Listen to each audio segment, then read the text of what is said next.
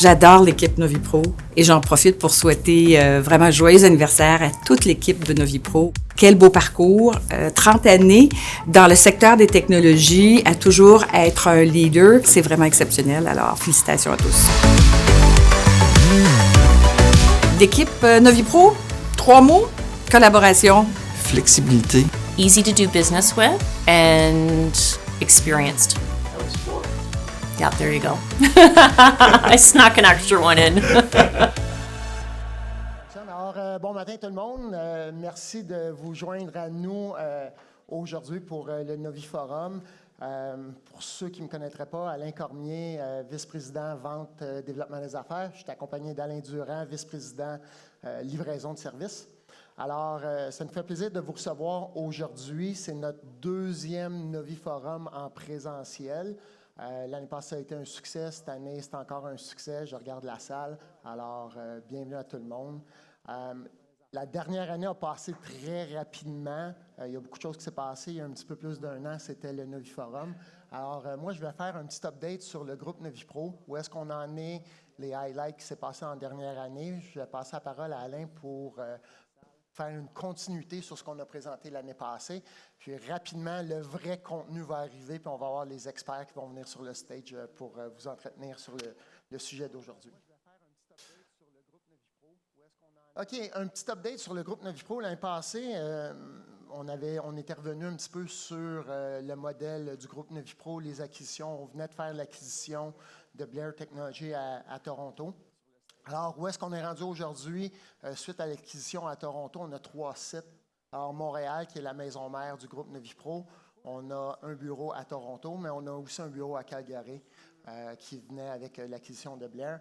On compte plus de 700 clients que l'on dessert. Et la question, avant que quelqu'un me la pose, de ces 700 clients-là, on a un petit peu plus qu'une centaine de clients dans le domaine du ERP. On est rendu à plus de 160 employés, puis on a quand même beaucoup d'augmentation, puis l'équipe grandit. 70 partenaires. Quand on parle de partenaires ici, c'est les partenaires avec lesquels on fait de la revente, parce que Novipro fait de la revente de solutions, infrastructures et logiciels, mais aussi de partenaires dans notre écosystème de services. Wendy mentionnait qu'on était spécialisé, qu'on avait beaucoup d'expérience et d'expertise. Ceci dit, il y a certaines expertises qu'on se joint à des partenaires. Donc, notre réseau de partenaires est plus de 70. Certifications, vous voyez tous passer les badges sur LinkedIn. Alors, plus de 50 certifications en place. Et 2 entreprises, alors Novipro et Blair au sein du groupe. Ceci dit, on est en pourparlers avec plusieurs entreprises. Puis, la stratégie du groupe est soit d'avoir une expansion géographique pour avoir une croissance inorganique, ou d'ajouter certains éléments à nos solutions. Alors, c'est vraiment ça, et on est en pourparlers avec certaines entreprises. Les valeurs. Puis, pourquoi c'est important pour vous, les valeurs? C'est comment ces valeurs-là sont transmises à nos clients. Alors, la première, on va parler de tout ce qui est la confiance et la fiabilité. Chez Novipro, c'est important qu'entre les équipes, la confiance, la fiabilité soient là, mais aussi qu'on crée une relation de confiance avec nos clients. On est là, puis vous allez voir plus loin, on est vraiment là pour travailler pour votre succès. On va parler de l'unité. C'est important pour nous de s'incorporer, d'entrer dans votre business, de comprendre vos défis. Oui, aujourd'hui, on est une compagnie de technologie, on représente la technologie, on fait de l'intégration. Ça fait quelques années que je suis dans le marché et si je regarde il y a 35 ans, où est-ce qu'on en était versus aujourd'hui, il y a très peu, puis là je vais dire très technologique dans les entreprises. Je crois que la technologie est leveragée par nos clients pour des besoins d'affaires. Donc, c'est important pour nous de faire une équipe avec vous pour bien comprendre vos défis d'affaires pour qu'on puisse répondre à vos besoins. Le dernier, l'évolution. Si vous suivez un petit peu ce qui se passe avec la technologie, ça va très, très, très rapidement. On se doit, pour bâtir une relation de confiance avec vous, pour être fiable, pour travailler de concert avec vous, d'écouter qu'est-ce qui se passe sur le marché et d'évoluer, de faire évoluer nos offres, de voir quels sont vos futurs besoins et faire évoluer l'entreprise de ce côté. Donc, c'est les 4 valeurs du groupe. Et c'est des valeurs qui sont transmises aux différentes entités qui vont se retrouver sous le groupe. Alors, je vous disais, qu'est-ce qui s'est passé dans la dernière année? Les highlights, je ne passerai pas énormément de temps dessus, donc, tôt l'année passée, à peu près à la même date, on a fait le lancement officiel de notre offre Talent Services, qui se trouve vraiment à être une offre de services d'appoint. Donc, on avait déjà, mais aussi de recrutement permanent pour nos clients.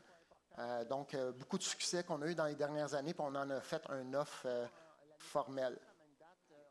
Une autre annonce qu'on a fait au cours de la dernière année, c'est l'annonce de notre offre d'info nuagique virtuelle. Alors, oui, NoviPro a son propre cloud privé. Ceci dit, on a formalisé sur certaines offres. On a fait l'acquisition de clientèle je vais dire un compétiteur ou un coopérateur, puis ça a vraiment donné la naissance de notre cloud privé pour des environnements IBM, mais aussi environnements Intel.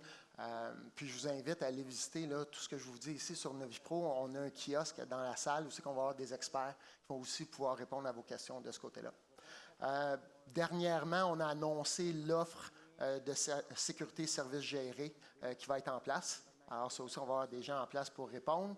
Et un lancement qu'on a fait, c'est NoviPro Capital. J'en ai peut-être parlé brièvement l'année passée, mais NoviPro a une division pour faire du financement. Donc, que ce soit du financement de services, que ce soit financement d'acquisition logicielle, matérielle, on comprend que gérer le cash flow, pour certaines entreprises, c'est important, reporter des paiements ou égaliser les paiements sur plusieurs mois, plusieurs années. Alors, c'est une solution qu'on offre aujourd'hui à nos clients. Chose que je suis très fier puis de l'équipe NoviPro, c'est qu'on a obtenu la certification Great Place to Work. Alors, on traite bien nos employés, mais sans aller dans le détail, on a quand même des choses à améliorer. Donc, c'est quelque chose qu'on va poursuivre d'année en année. Un petit point que je voulais faire, qui est le dernier point, le transfert de la clientèle CSD, clientèle Infor côté distribution. Vous avez peut-être vu passer certains posts sur LinkedIn. Donc, au mois de mars, NoviPro a décidé de transférer sa clientèle du monde de la distribution au plus grand partenaire d'Amérique du Nord, distribution, question d'être sûr que les clients soient bien supportés. C'est une décision d'affaires, mais aussi pour bien supporter nos clients. Donc, juste dire, c'est seulement la portion CSD qui a été transférée. Quand je regarde d'un point de vue partenaire, alors NoviPro a encore réussi à obtenir la certification Gold chez Infor. Alors, c'est le plus haut niveau qu'on peut obtenir chez Infor. Mais on a aussi reçu un prix, la plus grande croissance en 2023, avec 231 % de croissance par rapport à 2022. Donc, merci à vous. Vous avez contribué à ce prix-là, mais merci aussi à l'équipe NoviPro d'avoir contribué à obtenir ça. Et dernier point, on a quand même, pour une entreprise qui a, je veux dire, 80 % de sa business au Québec, NoviPro est le plus grand partenaire d'affaires IBM au Canada. Donc, c'est aussi un prix, là, qui est une mention qui a été faite pour nous. Donc, ça, c'est les faits marquants de la dernière année. Petit changement ou petite confirmation qu'il y a eu au cours de la dernière année. Voici le nouvel organigramme. Alors, pour ma part et Alain, nous sommes maintenant responsables de tout ce qui est, moi, le côté revenu, vente, développement des affaires pour le groupe et Alain pour le côté livraison. Donc, au fur et à mesure qu'il va y avoir d'autres entités qui vont se joindre, ça tombe sous notre gouverne. On a créé un service partagé pour tout ce qui est les ressources humaines, tout ce qui est finance et puis tout ce qui est intégration. Et côté gestion de portefeuille de produits, lorsqu'on développe des nouvelles offres, j'ai parlé de l'évolution, ou lorsqu'on fait des initiatives stratégiques. Alors, mes deux collègues, John Blair et puis Martin Pelletier, s'occupent de ces éléments-là. Puis comme je disais, l'évolution, c'est important pour nous pour pouvoir répondre à vos besoins. Notre approche, je pense que c'est vraiment ce qui est important, puis c'est le message que je veux vous garder en tête. Puis j'ai parlé de l'unité, puis ça représente vraiment ce qu'on veut faire. Ici, NoviPro veut supporter votre succès. Donc, c'est important pour nous de comprendre vos défis, comprendre vos problèmes, puis qu'on puisse vous aider de ce côté-là. Mais pour supporter votre succès, ça se fait avec nos employés. Donc, nos employés supportent tout. Nos employés sont là pour vous assister, vous supporter dans vos projets. Vraiment important. Comment est-ce qu'on adresse le marché? C'est assez simple. On le regarde d'un point de vue géographique. Je vais parler là, on veut aussi avoir une croissance inorganique géographique. Donc, on regarde à faire de l'acquisition de certaines entreprises pour pouvoir promouvoir tous nos services. La taille de l'entreprise, on comprend qu'il y a certaines solutions qui sont les mêmes, peu importe la taille de l'entreprise. Dans d'autres circonstances, on se doit de faire un ajustement. Et l'industrie. C'est aussi important qu'on puisse parler d'industrie. Puis si on regarde aujourd'hui, c'est un événement de l'industrie manufacturière. Alors, c'est important pour nous de pouvoir ajouter nos offres. On œuvre dans 4 grands champs d'expertise. L'info nuagique hybride, le cloud hybride. Un autre champ d'expertise, cybersécurité et réseautique. On entend parler à tous les jours de la cybersécurité. Je parlais avec des clients, on parle souvent de se relever d'un désastre. Bien, des inondations, des feux, des tremblements de terre, on n'a pas souvent, mais à tous les 2 jours, 3 jours, on a des entreprises qui se font attaquer. Donc, la cybersécurité, c'est important. L'analytique, le AI, on entend parler. J'ai fait quelques conférences. Tout le monde parle de AI. Quand je parle d'évolution, c'est vraiment d'aller voir puis de travailler au travers de nos partenaires. Et puis, solutions d'affaires et modernisation, d'où où résident les solutions ERP, où est-ce qu'on aide les entreprises à moderniser leurs opérations. Alors, on a quelques champs d'activité. Alors, on fait de la revente de produits. Comme je vous disais, on a des partenaires qui ont fait de la revente ou de la représentation.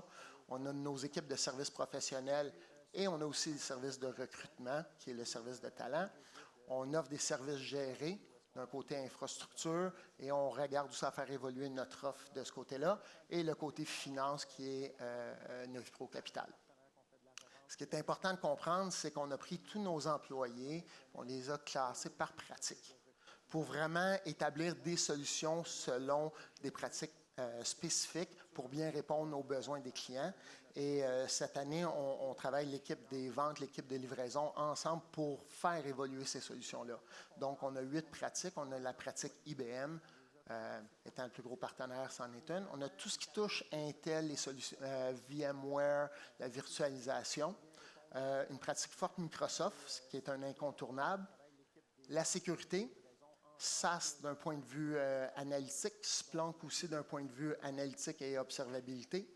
Infor, maintenant focusé sur CSS, sur le secteur manufacturier. Et le dernier, c'est la consultation stratégique, où est-ce qu'on assiste des entreprises dans d'autres domaines, d'autres industries, justement établir leurs besoins, revoir leurs processus, passer au travers du programme d'appel d'offres et les accompagner dans le déploiement. Donc, on reprend l'expertise qu'on a développée, mais aussi pour l'adresser à d'autres industries. Mais encore une fois, le succès, c'est nos employés qui le font, puis sont là pour vous aider, pour vous supporter.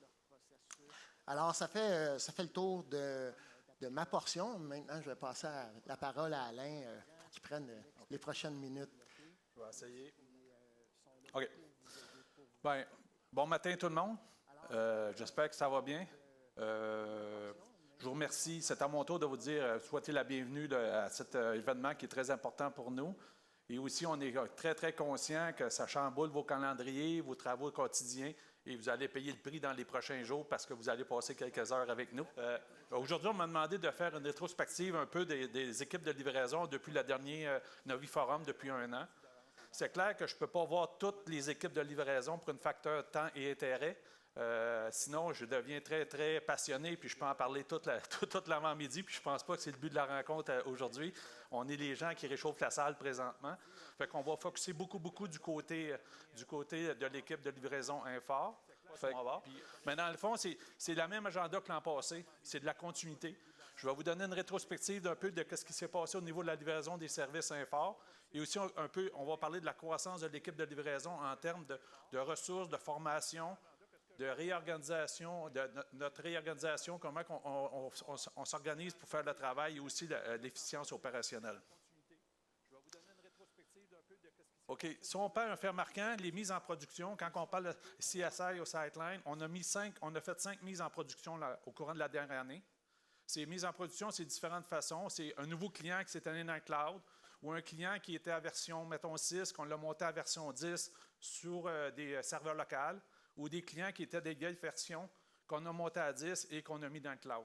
En gros, c'est les 5 mises en production majeures qu'on a fait du côté CSI Sightline. Et j'ai rajouté un autre, plusieurs mises en production de divers modules de type phase 2. Le message là-dedans, c'est qu'on a toujours des mises en production de choses plus petites. Ça peut être un nouveau module de Factory Track, ça peut être une formation plus étendue. On prend le même processus de notre côté pour faire cette mise en production-là. Un autre exemple, on a un client qui était sur Windows 2003. Il nous a demandé de tout vérifier, de tout upgrader ses machines parce que Windows 2003 n'était plus supporté. Fait qu'il nous a demandé de faire la mise à jour, checker la sécurité et retester tout son environnement CSI par-dessus. C'est des genres de mise en production secondaire qu'on fait, mais qui est très important pour nous. Puis on suit toujours la même méthodologie. Alain a parlé tantôt que CSD avait été transféré, mais on a eu le temps de faire 4 mises en production avant de le transférer. Les mises en production, c'est dans la même logique, c'est des gens qui ont été sur le cloud. Un autre point qui ne paraît pas ici, c'est qu'après les mises en production, on offre un service qui s'appelle l'assistance consultation pour supporter nos clients. C'est-à-dire, c'est des clients qui ouvrent des billets chez nous, puis on donne notre meilleur pour répondre à ces billets-là. L'an passé, on a reçu 1081 billets de gens qui ont ouvert des billets chez nous et qu'on a supportés. Que ce soit des questions comment qu'on fait, des petits développements ou quoi que ce soit, mais c'est des questions qui n'est pas assez gros pour faire un projet, mais qu'on répond dans une notion un peu de support. Comme vous voyez, ça a été super, super occupé. On vous remercie. Grâce à vous, on est occupé et on aime ça. Puis je sais qu'il y a beaucoup de gens de l'équipe de livraison IRP. Je vais prendre 2 minutes pour les remercier aussi. Leur disponibilité et leur persévérance nous a permis d'avoir une grosse année l'an passé. Et il nous a permis de rencontrer les attentes. Si je continue, deux faits marquants que j'ai mis en place, mais il y en a beaucoup, j'en ai mis 2. L'autre place qu'on a mis beaucoup d'énergie l'an passé, c'est tout le côté API, l'interface, créer des connecteurs. On sait que quand on s'en va dans le cloud, si on veut intégrer soit les anciennes applications ou de nouveaux systèmes, il faut créer des connecteurs, des API pour connecter.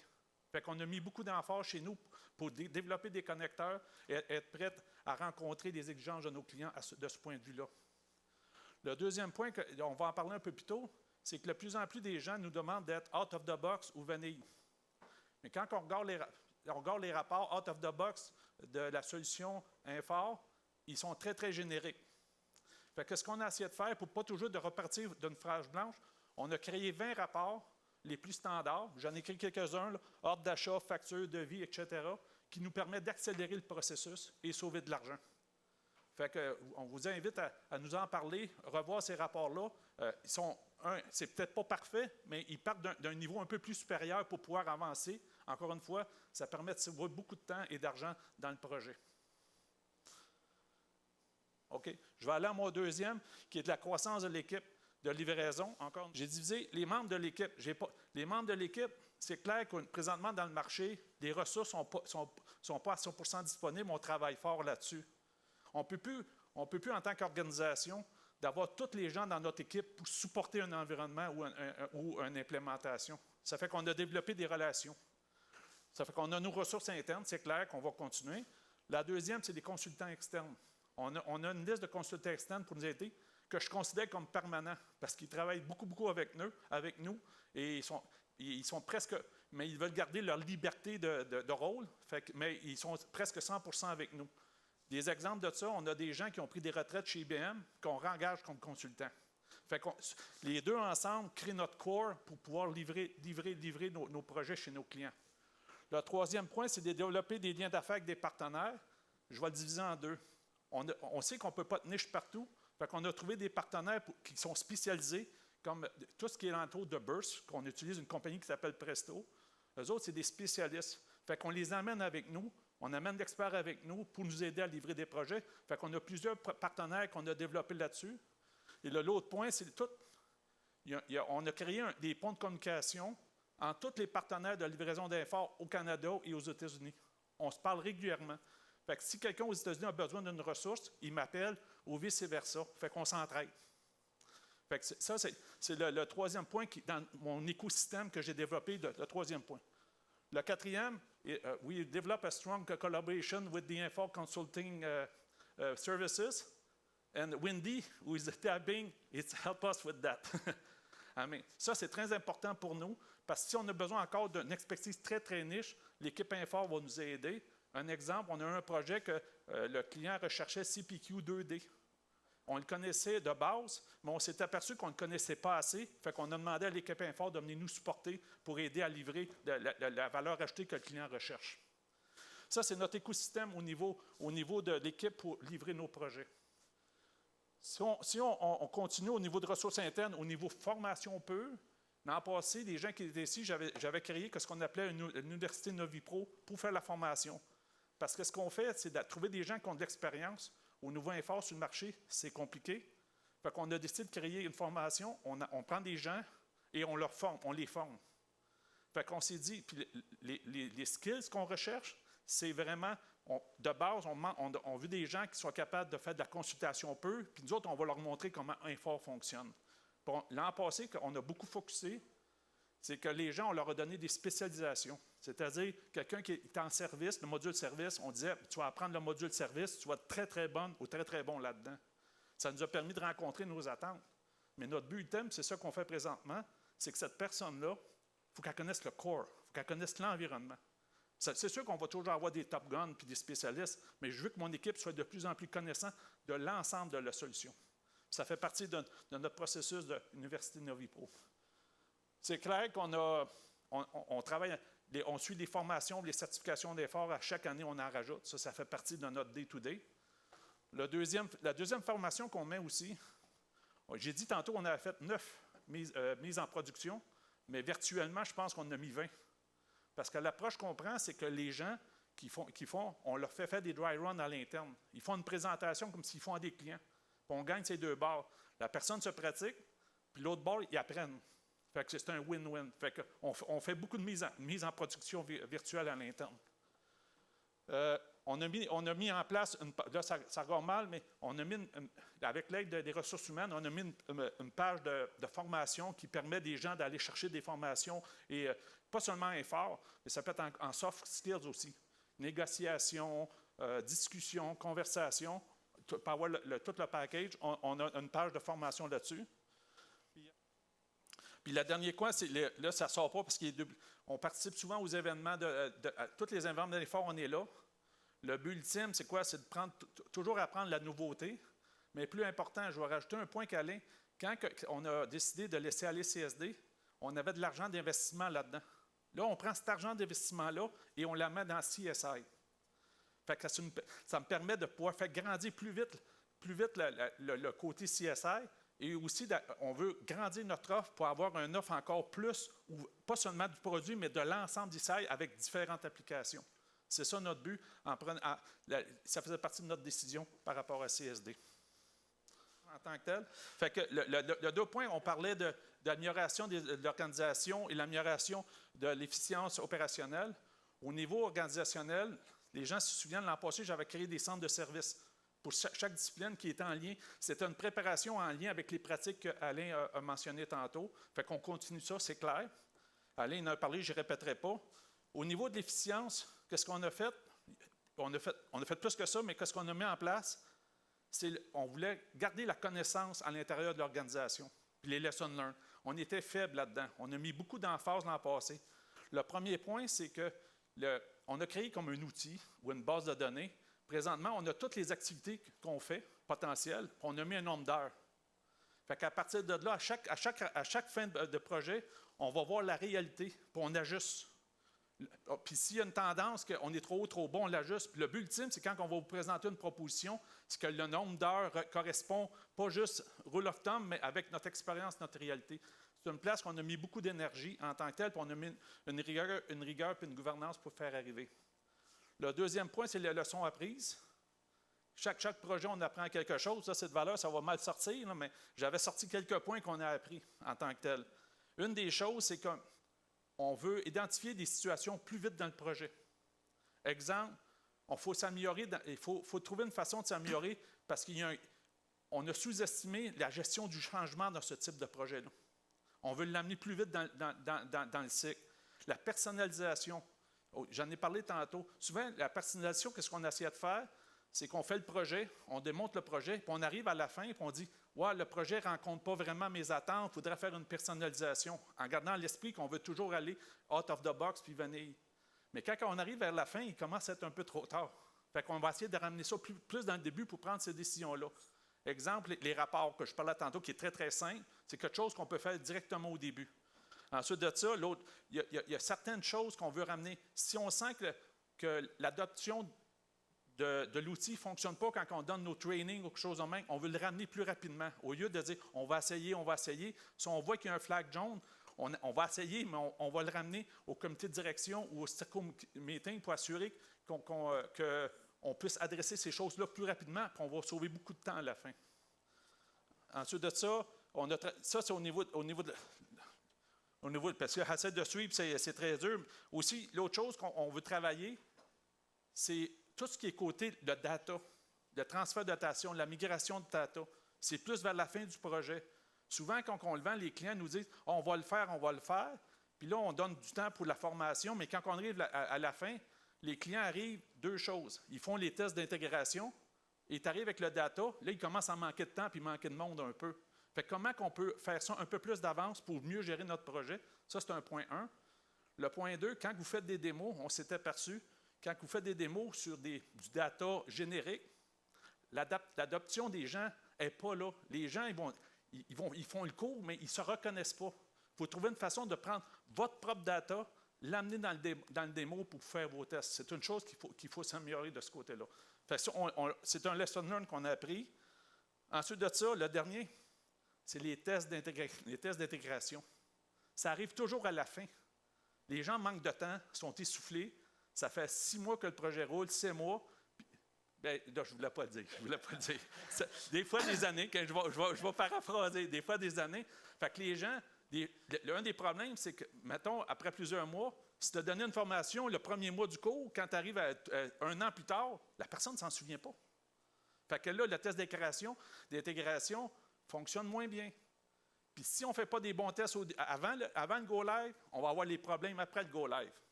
Fait que je préfère avoir les problèmes avant qu'après, parce qu'après, vous êtes live. Puis ça, il faut trouver une façon de ramener ces tests d'intégration-là plus rapidement dans le cycle. C'est des choses dans notre méthodologie qu'on veut modifier dans une logique aussi de out of the box, puis d'aller dans une solution la plus vanille possible. Fait qu'en gros, c'est certains points, il y en a beaucoup d'autres. Je peux en parler, mais c'est des choses qu'on a retenues durant la dernière année. En résumé, qu'est-ce qu'on aime faire chez Novipro? C'est écrit là. On aime concevoir, on aime déployer, puis on aime soutenir. C'est ça qu'on aime faire. Le soutenir, puis là, le soutenir, j'ai peut-être un petit devoir pour vous autres. Le soutenir, au niveau Infor, c'est qu'on fait de l'assistance consultation. On reçoit de plus en plus de demandes de services gérés de l'environnement Infor.